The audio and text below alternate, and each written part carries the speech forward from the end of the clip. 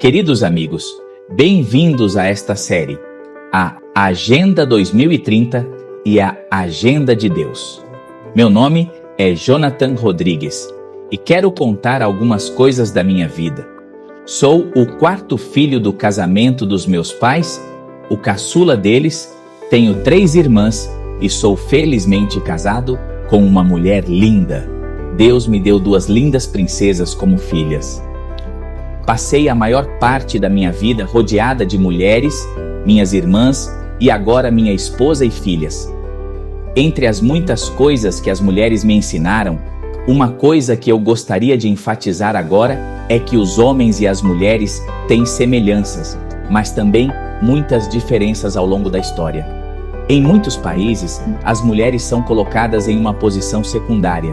Eles sofreram abusos? Seus direitos não são os mesmos dos homens. E aquelas raparigas de países mutilados? A mutilação genital feminina pode causar problemas de saúde física e mental que muitas vezes afetam a vítima pelo resto da vida. É o caso de Bishara Zaik, na comunidade de Borana, no distrito de Isiolo, no Quênia, comentou ela. Sofri mutilação genital feminina aos 11 anos. Minha avó me disse que esse corte é necessário para todas as meninas porque nos torna puros. A trágica situação que muitas mulheres sofrem neste mundo.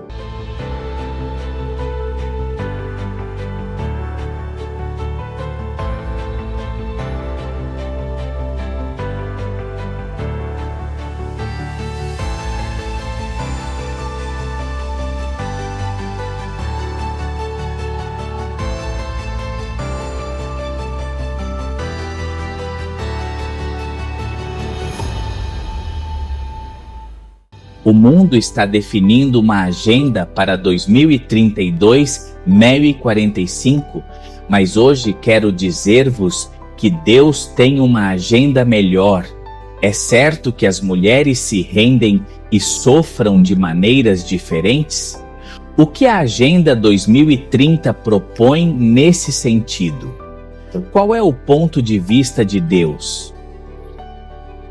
O 5º objetivo da Agenda 2030 é alcançar a igualdade de gênero e capacitar todas as mulheres e meninas. Vamos discutir alguns desses objetivos, mas gostaria de lhes dizer com antecedência que, embora haja aspectos positivos nesta agenda, a grande maioria discorda da palavra de Deus para acabar com todas as formas de discriminação e violência contra mulheres e meninas em todo o mundo. A igualdade de gênero não é apenas um direito humano fundamental, mas também a base de um mundo pacífico. Isso inclui vários objetivos específicos, como eliminar todas as formas de violência contra mulheres e meninas, eliminar práticas prejudiciais, como o casamento infantil e a mutilação genital feminina, garantir a participação plena e eficaz das mulheres na tomada de decisões a todos os níveis. Reconheça e valorize o trabalho doméstico não remunerado. Reformas para dar às mulheres acesso igual aos recursos econômicos e o direito de possuir e controlar terras e outros bens e serviços financeiros, herança e recursos naturais de acordo com as leis nacionais. Igualdade de gênero significa que todas as pessoas, independentemente do sexo, têm direitos, responsabilidades e oportunidades iguais em todos os aspectos da vida. Isso inclui o acesso à educação, à saúde, ao emprego, à participação política e social, outro aspecto do 5º objetivo. É um direito à saúde reprodutiva. É algo que temos de analisar com muito cuidado e cuidado. O que entendemos ou devemos entender desta frase? Infelizmente, aparentemente com boas intenções. As Nações Unidas definem saúde reprodutiva no parágrafo 64 da AS 21 da seguinte forma: a saúde reprodutiva é um estado geral de bem-estar físico, mental e social, não apenas a ausência de doenças ou condições em todos os aspectos do sistema reprodutivo e suas funções e processos. Saúde reprodutiva significa, portanto, a capacidade de desfrutar de uma vida sexual satisfatória e segura e a liberdade de escolher ou não ter uma fertilidade. Quando e com que frequência? O que a Agenda 2030 propõe está alinhado com a agenda de Deus. Não há dúvida de que a saúde em todos os seus aspectos e sentidos deve ser um direito de todos, sem discriminação. Mas, na minha opinião pessoal, há um caminho que, em vez de fazer um avanço na saúde, retrocede na erradicação das doenças sexualmente transmissíveis. Embora não esteja escrito no objetivo 8, o termo direito ao aborto e liberdade de relações sexuais fora do casamento. Esse é o objetivo do conceito de saúde reprodutiva proposto nesse objetivo. Não é o que estou dizendo, elas são as mesmas que as Nações Unidas definem nesta área. Em geral, esse objetivo da Agenda 2030 propõe a igualdade de direitos para homens e mulheres. Mas qual é a agenda de Deus? O que a Bíblia nos diz sobre saúde reprodutiva? Deus é sexista? Essa agenda tem os objetivos corretos? A Bíblia é contra a igualdade de gênero. Deus é sexista porque dá aos homens mais privilégios. Os cristãos oprimem e menosprezam as mulheres, e sua Bíblia os ensina a fazê-lo. Essas são frases que você provavelmente já ouviu, mas negá-las e entenda porque Deus não tem o menor sexismo ou sexismo em sua palavra. Vamos ver. Alguns exemplos bíblicos. Encontramos a primeira na criação do homem, embora a criação bíblica do homem e da mulher seja diferente, porque o homem é feito de barro e a mulher é feita de costela do homem. Ambos têm uma característica peculiar, mencionada em Gênesis 127, que Deus criou o homem, que Deus o criou à sua imagem, que o homem e a mulher os criaram. Este versículo mostra que tanto o homem quanto a mulher foram criados à imagem de Deus, incorporando igualdade de dignidade e valor desde o início, e que Deus não colocou a posição da mulher em uma posição secundária. De fato, o amor de Deus por nós não distingue sexo ou nacionalidade, pois em Gálatas 3:28 ele diz que não há judeu ou grego, não há escravo ou homem livre. Todos vocês sois um em Cristo Jesus, e acrescentamos que não há homem nem mulher. Esta passagem enfatiza que em Cristo todas as barreiras sociais e de gênero são removidas e todos são iguais diante de Deus. A salvação de Jesus é universal, porque é assim que Deus ama o mundo. Ele não ama apenas homens ou mulheres.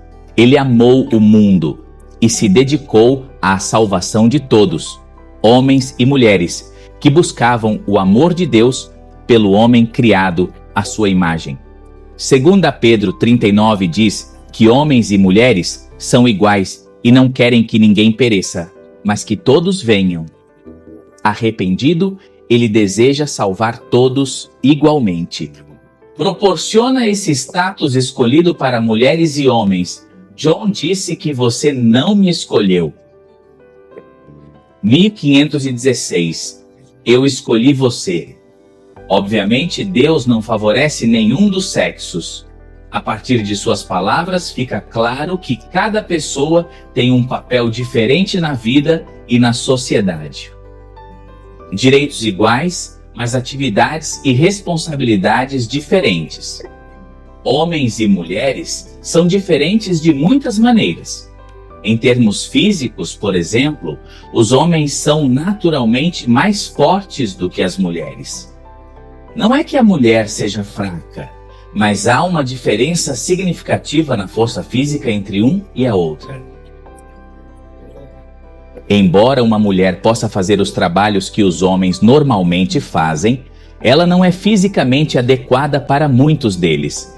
A Bíblia indica corretamente a forma como os homens tratam as mulheres em 2 Pedro, capítulo 3, versículo 7, quando ele diz: Também vós, maridos, viveis sabiamente com elas, respeitando as mulheres como vasos frágeis, como coherdeiras da graça da vida.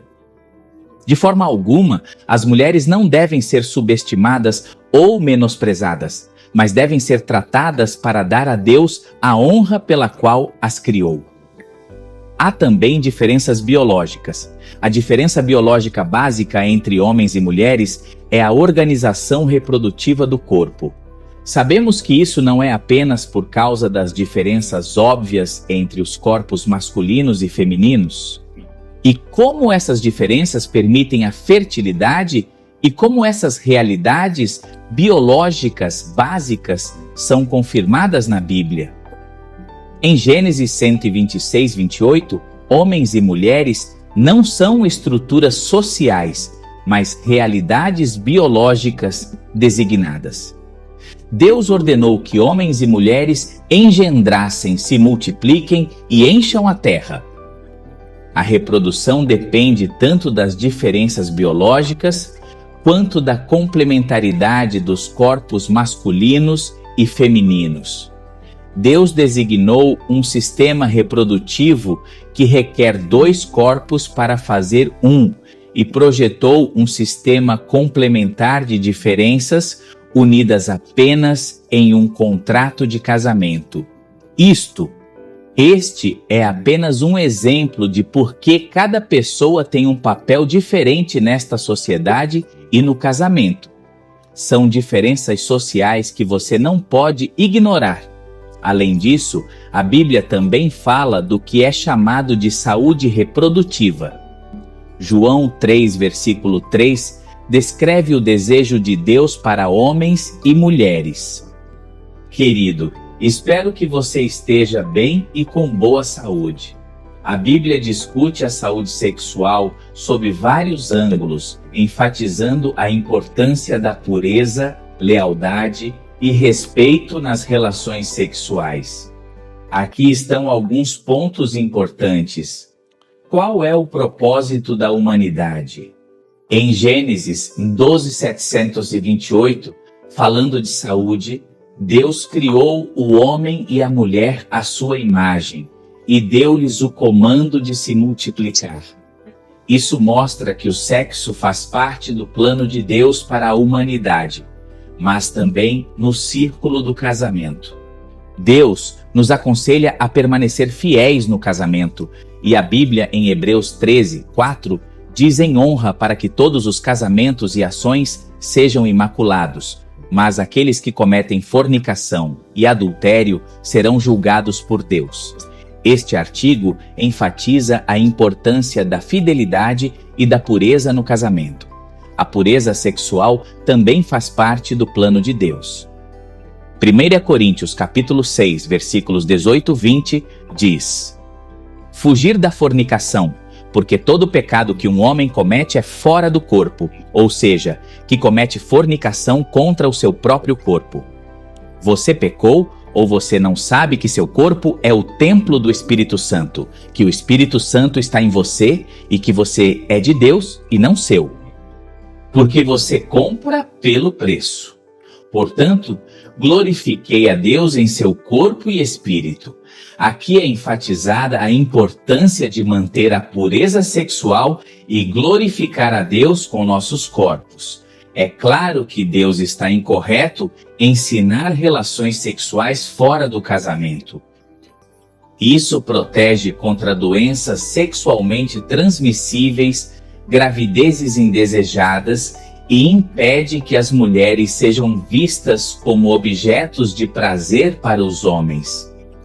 Não há dúvida de que Deus se preocupa com a saúde de homens e mulheres. Estes princípios bíblicos dão orientações para viver uma vida sexual plena, baseada no amor, respeito e lealdade, que eu não quero abandonar. que está implícito nesse objetivo, oculto no conceito de saúde reprodutiva, que a própria ONU já externalizou, que é a legalização do aborto, muitos países sofreram a invasão do lenço verde ou roxo, buscando a liberdade e os direitos das mulheres nessa luta. É uma coisa muito comum na busca de um aborto legal e impuno, mas não esqueçamos que a partir do momento da fertilização, há um corpo vivo dentro de cada mãe. Um corpo vivo pode parecer para alguns apenas um saco de tecido, mas não é o caso. Diz a palavra de Deus no Salmo 139:16: Meu embrião viu os teus olhos, e o teu livro tinha escrito tudo o que se formou depois, sem faltar nada. Para Deus, aquela pequena humanidade que está se formando é tão importante quanto você e eu estamos fora do útero de nossa mãe. Não se deixe influenciar pela tendência geral de Deus de desprezar as mulheres. Você é muito valioso para Deus, porque pertence a Ele através da criação e da redenção. Deus é um Criador sábio que nos ama igualmente, sem distinção entre homens, porque todos nós, homens e mulheres, somos obra de suas mãos. Deus te abençoe.